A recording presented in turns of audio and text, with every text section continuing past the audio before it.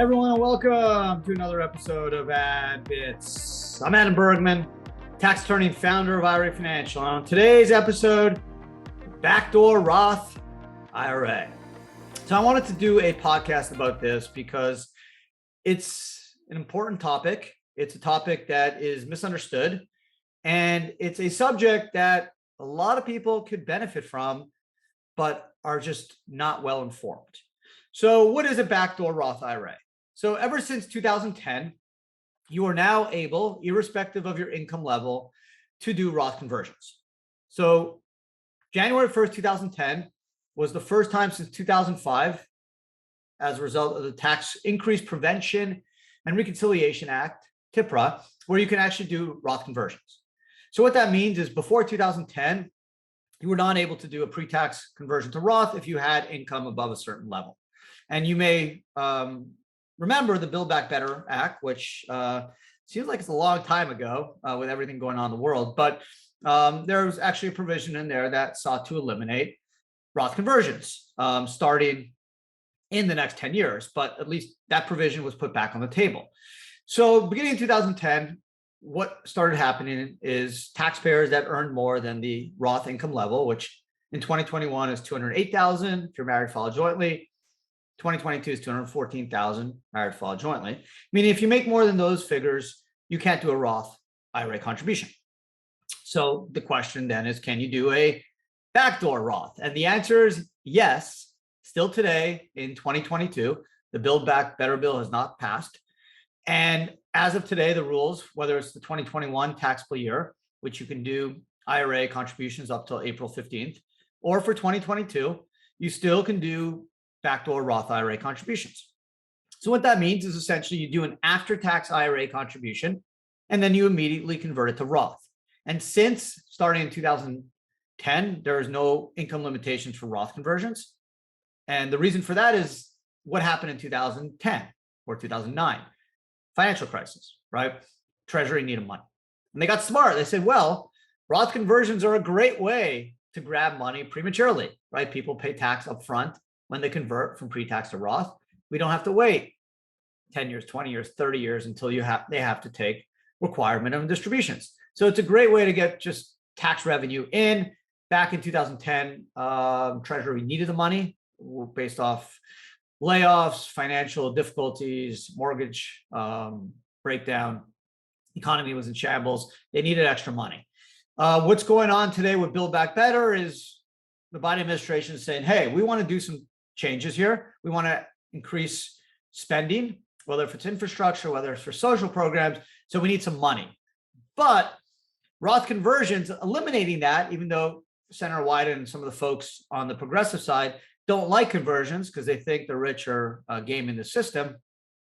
Nevertheless, they know they need Roth conversions to pay for a lot of their programs. So they basically sought to eliminate Roth conversions starting in 2031. Now, again, the Build Back Better bill has not passed. It's kind of sleeping still, hibernating for the winter. We'll see what happens going forward in 2022.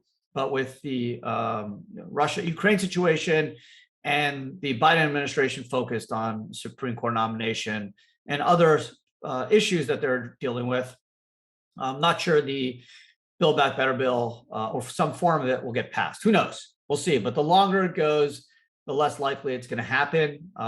As we get into summer, there's breaks, and then there's elections coming up, right? Midterms, and no one wants to increase taxes or play around with people's retirement accounts right before elections. So that may not happen.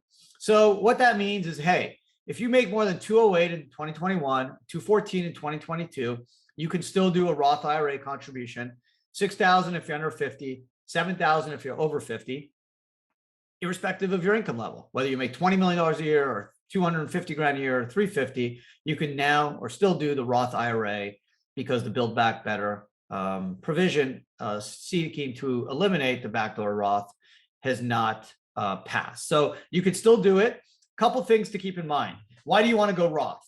Well, obviously the main reason is tax-free growth, right? If you have a Roth IRA, so long as you're over 59 and a half, the Roth's been open at least 5 years, you can pull out and take Roth IRA distributions tax-free. So it's super beneficial I've written a book on the Roth IRA. In God we trust, in Roth we prosper. I'm a huge Roth guy, but I have some colleagues that are not Roth guys or Roth gals. Why? Because they look at what happened at the Build Back Better bill and they said, hey, the IRS can change the rules on you. And they give the example, 1981, Social Security was not taxable. And then it became taxable. So they argue, hey, IRS can change the rules on you. They can cap retirement accounts. Build Back Better sought to do that, $10 million. Who thought that was possible? They could just change the rules and make you take Roth IRA distributions. Build Back Better bill tried to do that based off the size of your IRA. So there's no future guarantee that they will maintain the Roth IRA regime and respect it. So some people will say, well, I'd rather just take a tax deduction up front. I know they can't take away my deduction. And then I have at least the benefit of the deduction. And down the road, if I have to take the money out of my IRA, I will pay tax. But nevertheless, I'm a pretty big Roth guy. All my retirement funds are in Roth, all my investments, my IRA and 401k are in Roth, and that's just kind of who I am. I believe that the system will stay in place at least till I'm in my 60s or 70s, and I potentially can take the money out. So that's my plan. So if you are on the same path as me and you want to do Roth IRA contributions, you can do 6,000 or 7,000 if you're over 50, irrespective of your income level. What you need to do is you just need to open up an IRA. It's basically an after-tax IRA. You don't need to tell your custodian that. You just don't take the tax deduction on your tax return. So it's an after-tax traditional IRA. And literally the next day, you just convert it to Roth. There'd be no tax because if you put in $6,000 today, you don't invest it. There's no earnings on the $6,000. Just convert it to a Roth the next day. And now it's Roth. But what you need to keep in mind is this. If you have other IRAs out there, other pre-tax IRAs that are floating around, it could be from prior years, 10 years ago, 5 years ago, whatever it is, and you want to do a backdoor Roth IRA, the amount you are converting on the after-tax to Roth may not be able to go all Roth. Let me give you an example. Let's say you had a $10,000, $100,000. Let's go big. $100,000 IRA from a rollover former employer 401k from 4 years ago. So it's 100K now. Okay. And now you want to do a $6,000 IRA contribution backdoor, right? You make 250, you can't do a Roth, you max out your 401k at work. You can't do a traditional IRA because you make too much money and you have access to a 401k at work. So you want to do a backdoor Roth.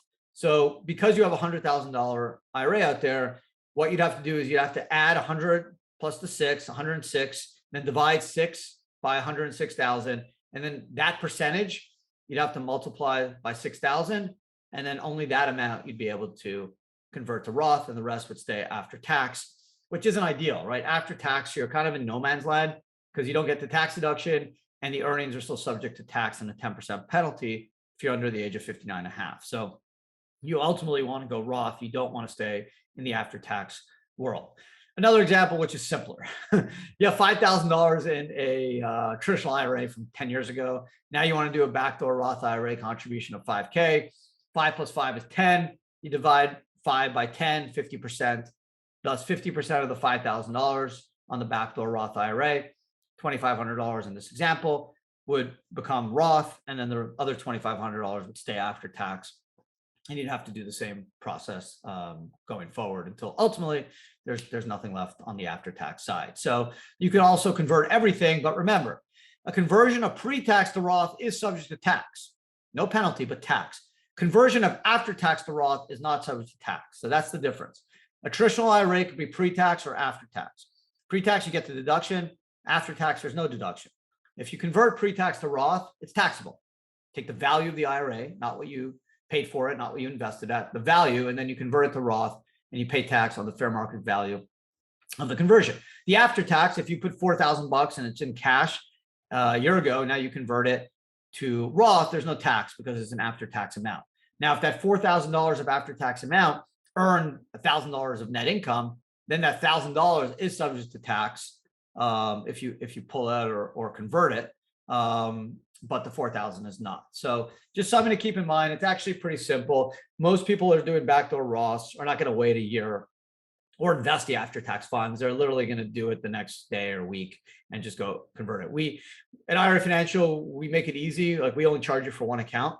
So if you do a traditional IRA and then convert to Roth, we'll open two, but we'll only charge you for the Roth. We're not going to charge you for the traditional, which we think is fair. Like, why should you pay or have two accounts and be responsible to pay for two accounts when you literally are just using the traditional IRA for a few days, just as an interim vehicle to do the conversion. So the Backdoor Roth IRA is still live and kicking. The Build Back Better bill tried to kill it. It's in hibernation mode, or in a coma, maybe is a better analogy. It could come back, just like Jason and Halloween. It potentially could come back, but who knows? We don't know what will happen. They will probably rename the Build Back Better bill something else and shrink it down and focus on the key provisions. So we don't know if the retirement stuff will be in it. We hope not. But either way, you still have a chance for 21 and ultimately 2022 to still do the Backdoor Roth IRA if you make more than 208 in 21 or 214 married filed jointly in 2022. So there you go. Hope you guys enjoyed today's episode. Hope you now understand all the rules involved in the Backdoor Roth IRA. And appreciate you guys listening. If you're watching on YouTube, really appreciate it as well. And subscribe if you haven't already. It's a weekly podcast that drops every Tuesday. So check us out next week. And have a great rest of your week. Take care. And we'll talk to everyone again next week. Take care.